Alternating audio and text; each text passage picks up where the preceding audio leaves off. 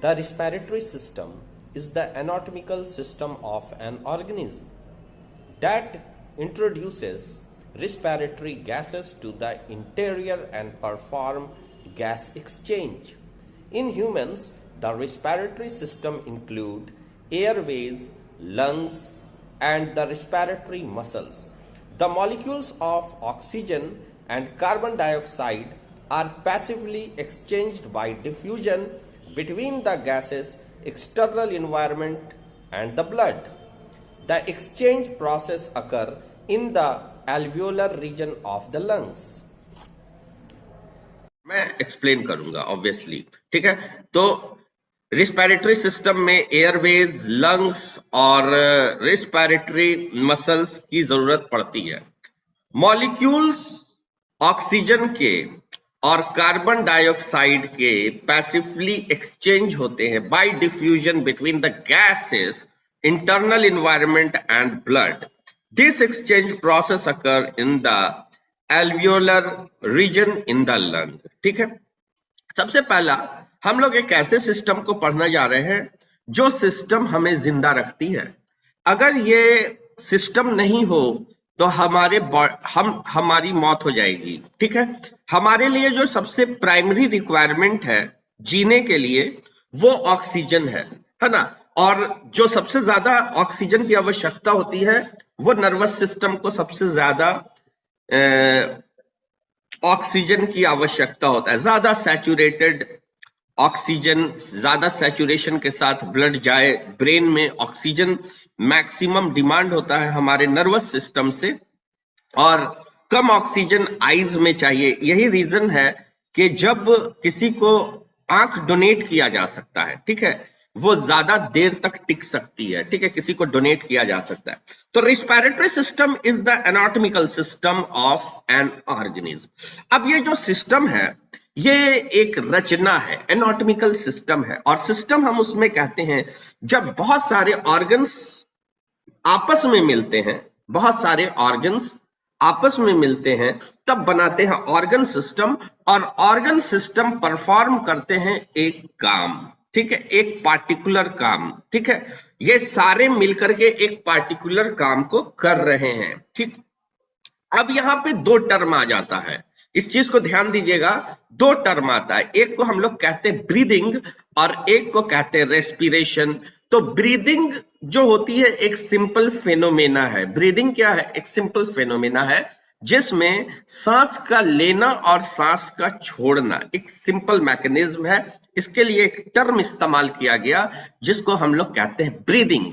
तो हम जब सांस को लेते हैं और सांस को छोड़ते हैं तो ये जो इतनी चीज को जब हम बताएंगे तो इसको रेस्पिरेशन नहीं कहेंगे, इसको हम बोल देंगे ब्रीदिंग, ठीक है। इसलिए ये ऐसा करके करते हैं तो बोलते हैं ब्रीदिंग एक्सरसाइज, ना कि रिस्पिरेटरी एक्सरसाइज, ठीक है। रिस्पिरेशन जो है एक कॉम्प्लेक्स फेनोमेना है जिसमें एक्सचेंज ऑफ गैस होता है एक्सटर्नल एनवायरनमेंट से। हमारे ब्लड में जो हेमोग्लोबिन है वो ऑक्सीजन लेती है और ऑक्सी हेमोग्लोबिन बनाती है। ऑक्सीजन मिलेगा, ऑक्सी कंबाइन करेगा उससे तो ऑक्सी हेमोग्लोबिन बनाएगी। और जो ब्लड के अंदर कार्बन डाइऑक्साइड है, जो उसमें डिसॉल्व्ड कार्बन डाइऑक्साइड है, वो डिफ्यूज होकर के एल्वोलाई में आते हैं। और वो जब हम सांस को छोड़ते हैं तो उस समय वो कार्बन डाइऑक्साइड बाहर निकलते हैं। तो ये जो एक कॉम्प्लेक्स मेथड है, ये जो टेक्निक है, exchange of gases between environment and blood, ठीक है ना।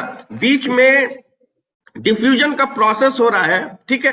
तो ये जो टेक्निक है इसको हम लोग रेस्पिरेशन के नाम से जानते हैं। रेस्पिरेशन को कराने के लिए एयरवेज, सांस जाने के लिए रास्ता, जिसको हम लोग एयरवेज कहेंगे, रास्ता होना चाहिए। और वो सांस एक कैविटी में जाती है जो सबसे बड़ी कैविटी है जिसको हम लोग लंग्स कहते हैं। पटर हो रहा है, क्या हो रहा है?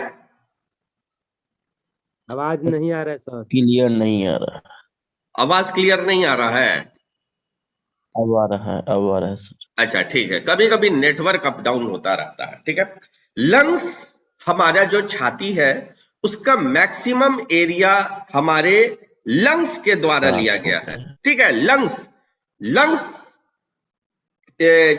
जो है जो सबसे बड़ा है, और थोरेसिक कैविटी का सबसे बड़ा हिस्सा फेफड़ा ने लिया।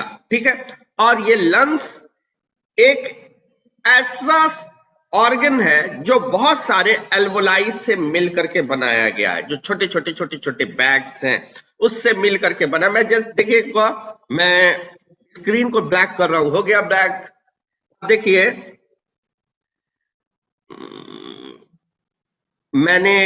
मैं यहां पर एक गर्दन बनाता हूं, और गर्दन बनाने के बाद ठीक है, यहां पे मैं एक लंग्स बनाता हूं। ठीक है, और फिर मैं एक लंग को यहां पे बनाता हूं।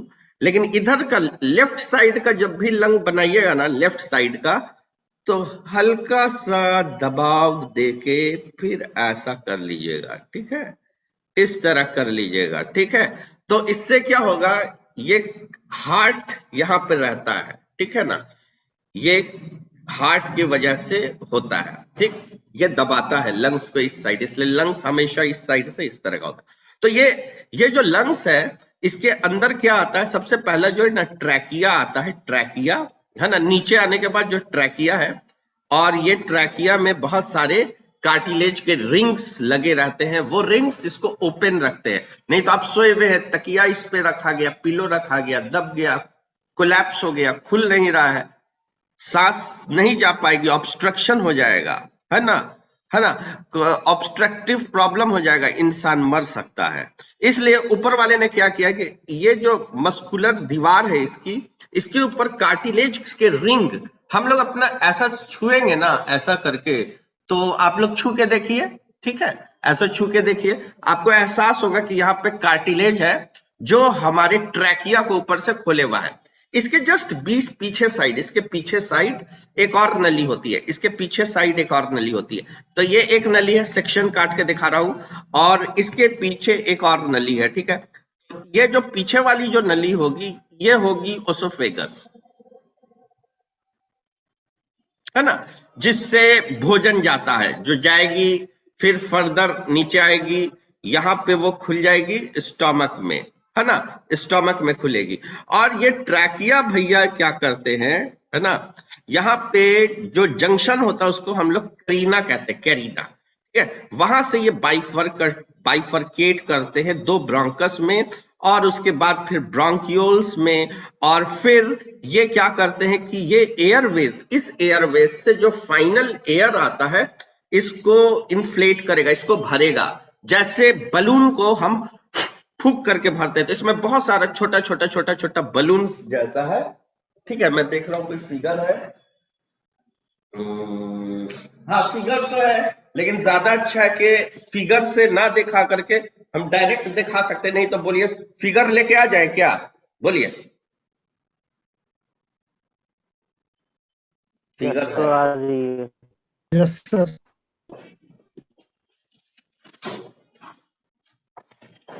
तो ये देखिए, है ना, दिख रहा है आप लोगों को,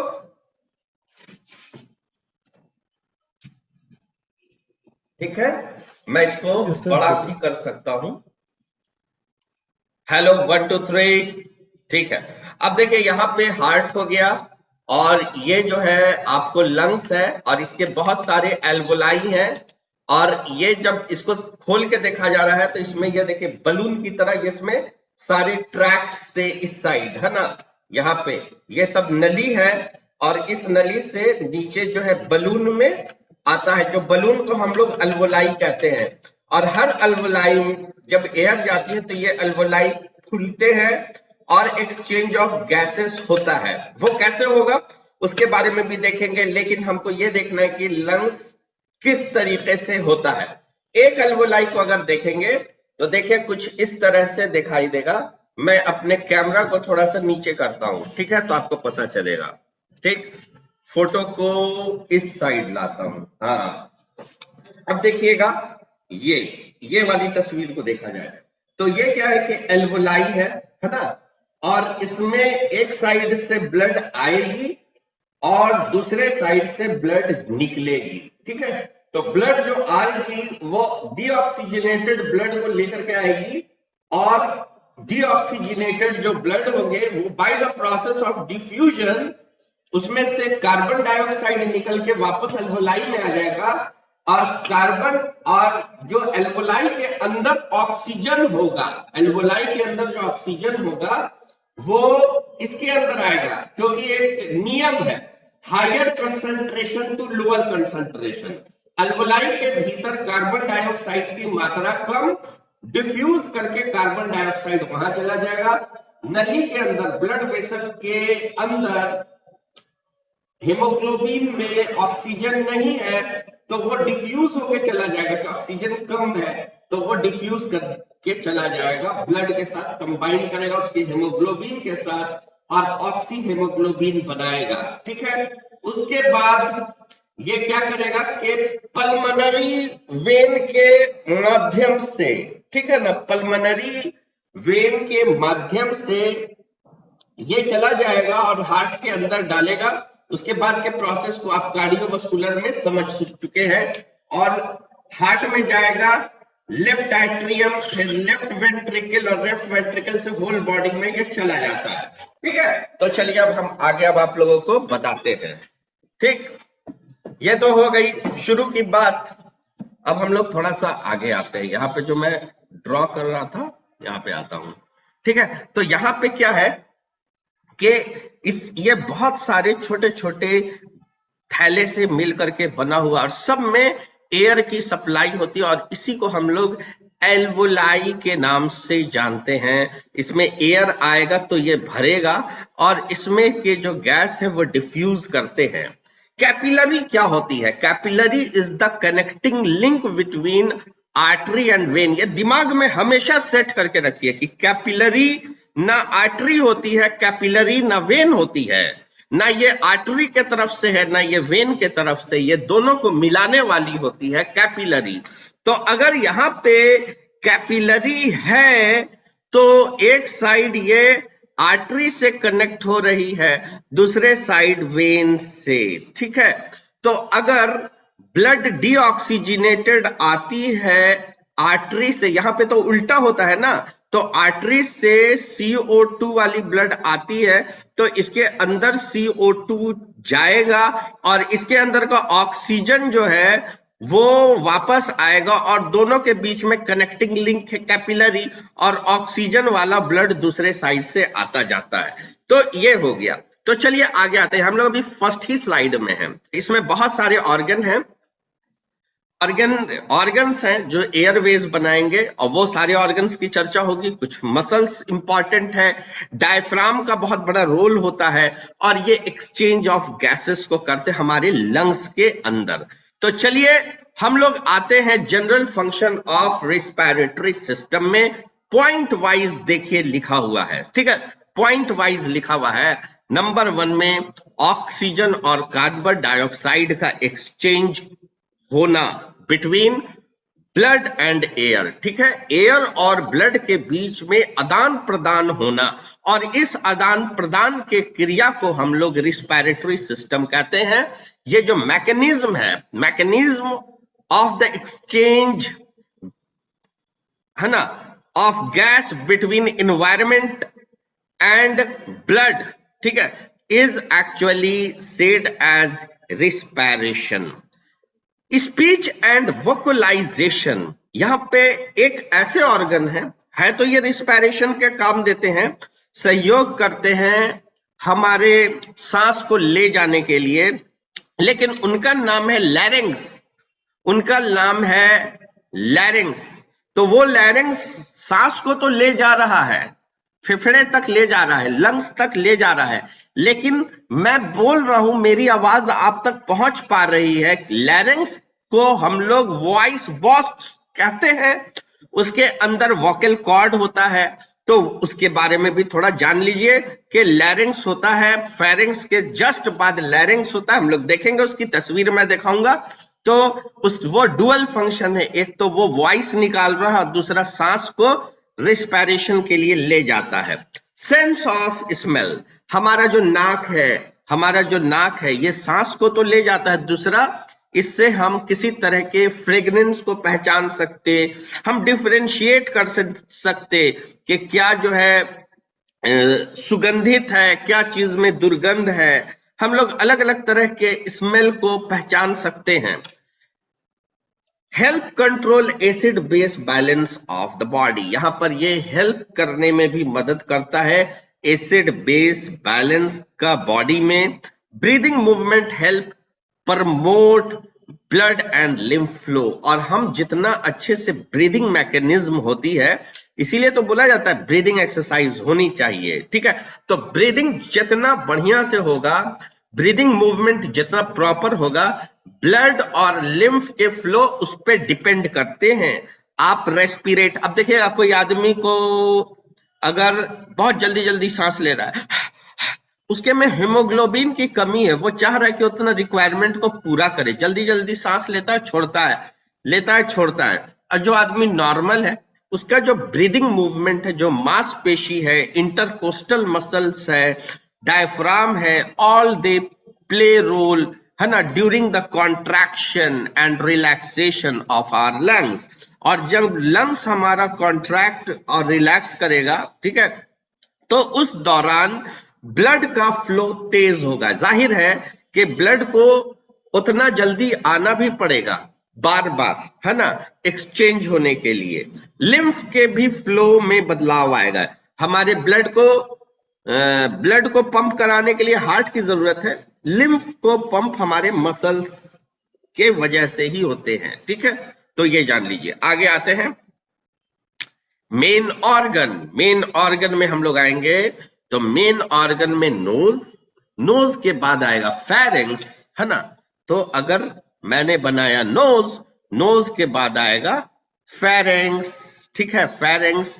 और यहां से मैं इसको थोड़ा सा ऐसे कर देता हूं और यहां से ऐसा कर देता हूं, और ये आदमी बन गया, ठीक है, यह, ठीक है। अब देखिए, ये हो गया नोज 1 नंबर, फिर ये आएगा फेरिंग्स 2 नंबर। तो फेरिंग्स, यहां से ये हो गया ओरल कैविटी, ORAL, इवन इसको भी हम लोग रखेंगे रिस्पायरेशन में। इसका भी कभी कभी नाक दोनों जाम हो जाती है तो आप सांस ले लेते हैं ना, ओरल कैविटी, ठीक है। जबकि ये बेसिकली इसका जो इसको डाला जाता है डाइजेस्टिव सिस्टम में, ठीक है, लेकिन ये थोड़ा सा रिस्पायरेटरी नेचर का भी है, क्योंकि इससे सांस भी लिया जा सकता है, अगर हम चाहें तो ले सकते हैं। उसके बाद देखिए, यहां पर जो ये जो है, ये नेजल कैविटी है। This one is said as nasal cavity. The cavity inside is called nasal cavity, और ये जो नेजल कैविटी है, ये पीछे में खुलेगी नेजोफेरिंग्स के पास। नेजोफेरिंग्स, फेरिंग्स को अलग अलग भाग में बांटा गया है। नेजोफेरिंग्स, माउथ को ओरल कैविटी कहते हैं, तो ओरल के पास जो खुलेगा वो ओरल फेरिंग्स होगा, वो ओरल फेरिंग्स होगा, ये नेजोफेरिंग्स होगा। और ये नेजोफेरिंग्स, ओरल फेरिंग्स आगे जाएंगे, है ना, लैरिंग्स तक जाएंगे। तो लैरिंग्स के बिहाइंड जो रहेगा वो लैरिंजोफेरिंग्स होगा, ठीक है, लैरिंजोफेरिंग्स होगा। और यहां पर हम बना देते हैं एक एरिया, ठीक है, ये जो एरिया मैंने बनाया, और इसको हम बोल देते हैं इपीग्लॉटिस। ये क्लोज हो जाता है। हम जब सांस लेते हैं ना, तो ये ढक्कन की तरह होता है, फ्लैप। जब आप सांस लीजिएगा तो ये ढक्कन खुल जाएगा, ऐसे सांस लीजिए तो ढक्कन खुल जाएगा। इपीग्लॉटिस वो कार्टिलेज का होता है, उसको सेपरेटली फोटो में दिखाएंगे। तो अगर हम यहाँ पे बनाते हैं कार्टिलेज को, इपीग्लॉटिस को, तो इपीग्लॉटिस क्या होती है, एक फ्लैप की तरह होती है, सांस लेने के वक्त खुल जाएगी। और भोजन जब जाएगा ना, तो ये ढक्कन को क्या करेगा, ये बंद हो जाता है। ये ढक्कन क्या होती है, बंद हो जाती है। तो देखिए, यहाँ पर अगर हम ऐसा कर देते हैं, तो ऊपर से अगर बोलस आ रहा है, खाने का कुछ आ रहा है सामग्री, तो इससे टकराएगा तो ये ढक्कन बंद हो जाएगी। और ये ढक्कन बंद होगी, भोजन नीचे चला जाएगा एसोफेगस में, है ना, या ओ से भी जाता है, OESOPHAGUS, ठीक है, इधर लिखाएगा नहीं तो ओसोफेगस हो गया। लेकिन हमारा जो है फेरेंक्स के बाद ये वाला जो पोर्शन है ये हो गया लैरिंग्स। लैरिंग्स लैरिंग्स खत्म हुआ, उसके बाद ये खुलेगा किसमें, ये ओपन होगा किसमें, ट्रैकिया। ट्रैकिया फिर दो भाग में बटेगा, जैसे मैंने बताया था कि करीना आएगा जंक्शन, और उसके बाद फिर वो प्राइमरी ब्रोंकस में, है ना, फिर लंग्स होते हैं, अंदर में ब्रोंकियोल्स होते हैं, एल्वुलाई होता है रिस्पिरेशन कराने के लिए। तो these organ can also be subdivided into upper respiratory tract and lower respiratory tract. वो रास्ता जो ऊपर की तरफ होगा वो अपर रिस्पिरेटरी ट्रैक्ट होगा, जो नीचे की तरफ होगा वो लोअर रिस्पिरेटरी ट्रैक्ट होगा। तो इसी से मुझे एक चीज याद आ गई, चीज ये याद आई कि जब हम लोग रिस्पिरेटरी सिस्टम की बात करते हैं तो रिस्पिरेटरी सिस्टम को भी दो कैटेगरी में बांटते हैं। एक को कहते हैं एक्सटर्नल रिस्पिरेशन और एक को कहते हैं internal respiration. External and internal respiration, बात समझ में आ गई। एक्सटर्नल रिस्पिरेशन क्या है, जो हमारे लंग्स तक हुआ, सबसे पहला रिस्पिरेशन की क्रिया जो एक्सचेंज ऑफ गैस हो रहा है, exchange of gas inside our lungs and blood vessel, यानी कि कैपिलरी, है ना, जो कैपिलरी बाहर में है, जो वस्कुलेचर बाहर में है, कैपिलरी से जो सटा हुआ है, पतली नलियां, आर्ट्रियोल है, वेनियोल है, कैपिलरीज है, वहां पर एक्सचेंज ऑफ गैसेस हो रहा है सारे एल्वोलाई में, उसको कहते हैं एक्सटर्नल रेस्पिरेशन। फिर ब्लड ऑक्सीजन को लेके कैरी करके हर सेल में जो ऑक्सीजन को देती है और वहां से कार्बन डाइऑक्साइड जो लेती है, उसको हम लोग बांटा है इंटरनल रेस्पिरेशन। तो हमारा जो फेफड़े में हो रहा है वो एक्सटर्नल रेस्पिरेशन हो रहा है, मेरे फिंगर में भी तो रेस्पिरेशन हो रहा है, वो ब्लड ऑक्सीजन को लेकर के मेरे फिंगर में आ रही है, इसके सेल्स को दे रही है, ऑक्सीजन दे रही है, और वहां से कार्बन डाइऑक्साइड निकल रहा है। ये मैकेनिज्म भी रेस्पिरेशन है, लेकिन इसको हम लोग इंटरनल रेस्पिरेशन कहते हैं। चलिए आगे आते हैं नेक्स्ट में। फंक्शनल क्लासिफिकेशन, फंक्शनल क्लासिफिकेशन में conducting portion transport air, air का ट्रांसपोर्टेशन होना, रिस्पिरेटरी पोर्शन में, जो रिस्पिरेटरी पोर्शन है उसका काम क्या है, गैस को लेकर के आएगा, गैस का एक्सचेंज कराएगा, है ना। तो गैस कहां से आएगा, जो एयर आएगा, गैस का मतलब हो गया एयर, गैस नहीं बोलना चाहिए, एयर बोलना चाहिए। और एयर में बहुत सारे वेरियस गैस के मॉलिक्यूल्स मौजूद है, उसमें कार्बन डाइऑक्साइड भी होगा, ऑक्सीजन भी होगा, ठीक है, मीथेन भी होगा, ये भी होगा, वो होगा, किसी का ज्यादा परसेंट होगा, किसी का थोड़ा कम होगा, तो उसी को तो मिक्सचर ऑफ गैसेस को हम लोग एयर कहते हैं। उसमें से सिर्फ और सिर्फ ऑक्सीजन ही ब्लड से मिलता है, दूसरा कोई नहीं मिलता, ठीक है, ठीक है ना। इसलिए कि ब्लड की कैपेसिटी, ऐसे समझ लीजिए, मैंने मैग्नेट रखा, मैग्नेट, यहाँ पे लकड़ी भी डाल दीजिए, यहाँ पे लोहा भी डाल दीजिए, यहाँ पे अल्युमिनियम डाल दीजिए, और यहाँ पे आप जो है पेन रख दीजिए प्लास्टिक का, क्या खींचेगा वो, लोहा को खींच लेगा, टिन को खींच लेगा, दूसरे को छोड़ देगा, अदर्स को एक्सक्लूड कर देगा। तो हमारे एयर में बहुत सारी चीज जा रही है सांस लेने में, लेकिन क्या हो रहा है, ऑक्सीजन ही सिर्फ एक्सचेंज हो पा रहा है। बात समझ में आ गया। तो रेस्पिरेशन प्रोसेस कैरी आउट होता है एक्सचेंज गैस का होना। रेस्पिरेटरी ब्रोंकियोल, रिस्पिरेट करने के लिए जो ब्रोंकस का जो पतला नली होता है उसको ब्रोंकियोल कहते हैं। एल्वोलाई से जुटने वाली जो डक्ट होती है, जो एल्वोलाई में एयर को लाएगी, उसको एल्वियोलर डक्ट कहते हैं। और ये जो एयर सैक है, ये जो एयर का थैली है या जो एयर का बैलून है, इसको हम एल्वोलाई कहते हैं, ठीक है। इसी में कभी कभी फ्लूइड विलिड जम करके ये हार्ड कर देता है, सॉलिडिफिकेशन, कंसोलिडेशन, कहला गया निमोनिया, उस स्थिति को कहते हैं निमोनिया, ठीक है। वो सब भी क्लिनिकल भी मैं बताऊंगा आगे चल के। अपर और लोअर रिस्पिरेटरी सेक्शन में हम लोगों ने इसको बांटा है, ठीक है। air passageways must be held upon at all time. Nasopharynx, nasal passageways and throat follow passage in skull bone.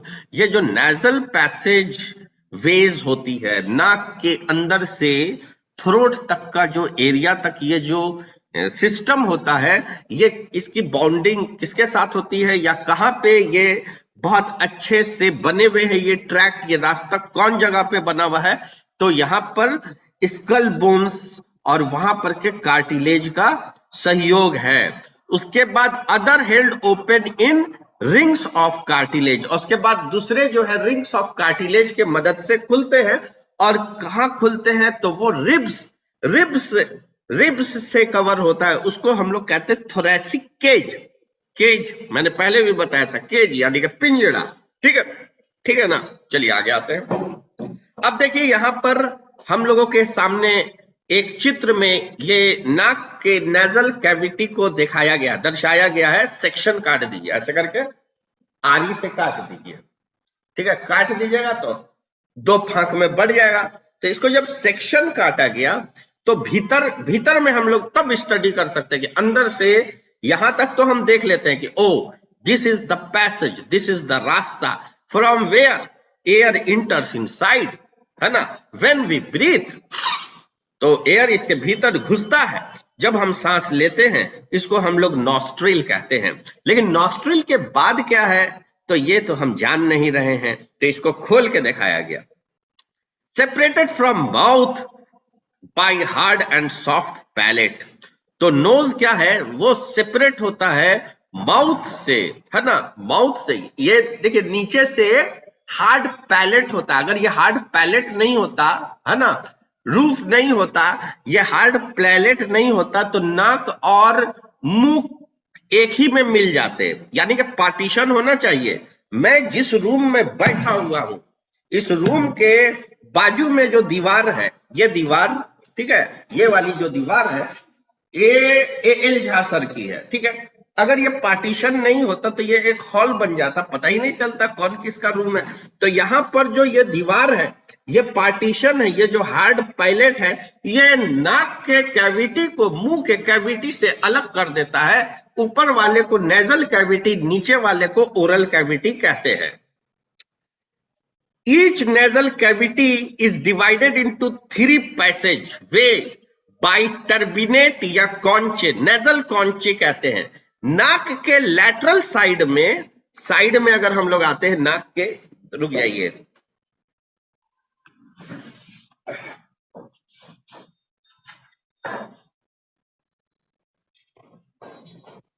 मैं दिखा रहा हूं, रुक जाइएगा, इसको ध्यान से देखिएगा।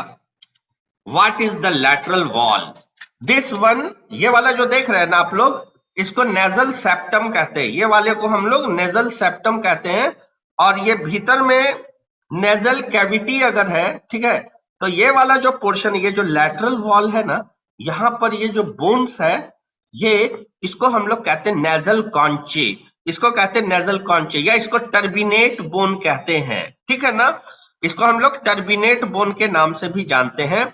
और इससे जो रास्ता बनता है लैटरल साइड इधर, लैटरल साइड इधर, ठीक है ना, साइड की दीवार।